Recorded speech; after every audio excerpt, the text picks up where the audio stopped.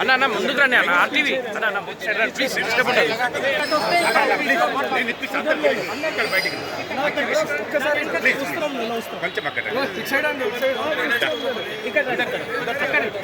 అందరూ ఆపితే సైలెంట్గా ఉండండి, ఫస్ట్ సైలెంట్గా ఉండండి.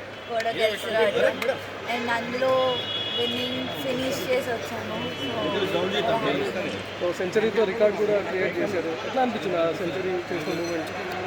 చాలా బాగుండే, ఎందుకంటే మా నాన్న కూడా అక్కడ ఉండే, అది కొట్టినప్పుడు ఇంకా స్పెషల్ ఉండే నాకు ఆ మూమెంట్. అండ్ ఫస్ట్ సెంచరీ కొట్టినందుకు కూడా చాలా స్పెషల్ ఉండే.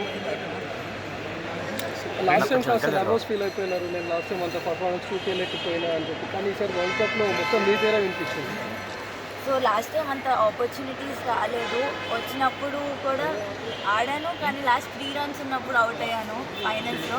ఈసారి వాట్ ఎవర్ ఐ గాట్, నేను నా బెస్ట్ ఇవ్వాలనుకున్నా, ఇచ్చాను. ప్లస్ ఆ ఫైనల్ రన్ కూడా కొట్టి రావాలనుకున్నా, సో నాట్ అవుట్ ఇచ్చాను.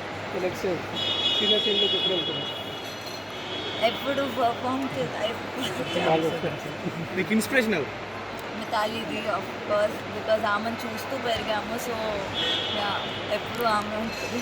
సో త్రిష గురించి ఈరోజు ఎంత మాట్లాడుతున్నారు, మీ ఫాదర్ కూడా అంతే ఫేమ్ వచ్చారు. సో మీ ఫాదర్ గురించి నేను క్రికెట్ స్టార్ట్ చేసింది నాన్న వల్ల, అమ్మ నాన్న వల్ల. వాళ్ళు లేకపోతే నేను ఇక్కడ ఉండేదాన్ని కాదు. ఆయన చూపించిన డెడికేషన్ కానీ, ఆయన చూపించిన ఏదన్నా ఆయన వల్లే ఇక్కడ ఉన్నాను. సో ఆల్ క్రెడిట్ వాళ్ళిద్దరికే వెళ్తాయి. Player of the series tourney వచ్చింది, అలాగే final man of the match వచ్చింది. సో ఎట్లా ఫీల్ అవుతుంది? చాలా హ్యాపీగా ఉన్నానండి, బికాజ్ లైక్ నేను ముందు చెప్పినట్టు లాస్ట్ టైం అంతా అంటే ఆపర్చునిటీస్ రాలేదు. ఈసారి వచ్చినప్పుడు చాలా నా బెస్ట్ ఇచ్చి ప్లేయర్ ఆఫ్ ది టోర్నమెంట్ అవ్వడం ఇంకా స్పెషల్గా. మేడం సబ్ కాంటినెంట్ మన నేర్చుకున్న అమ్మాయిలకి ఏం చెప్తారు ఇక్కడ?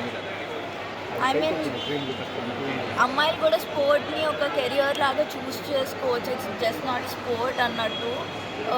ఇందులో కూడా మంచి కెరియర్ ఉంది, అమ్మాయిని పంపొచ్చు. మేడం మన సబ్ కాంటినెంట్ పిచ్చెస్ డిఫరెంట్ ఉంటాయి when compare to other countries. ఎలా ఉంది మేడం మీరు ఆడుతున్నప్పుడు, ఎలా అనిపించింది?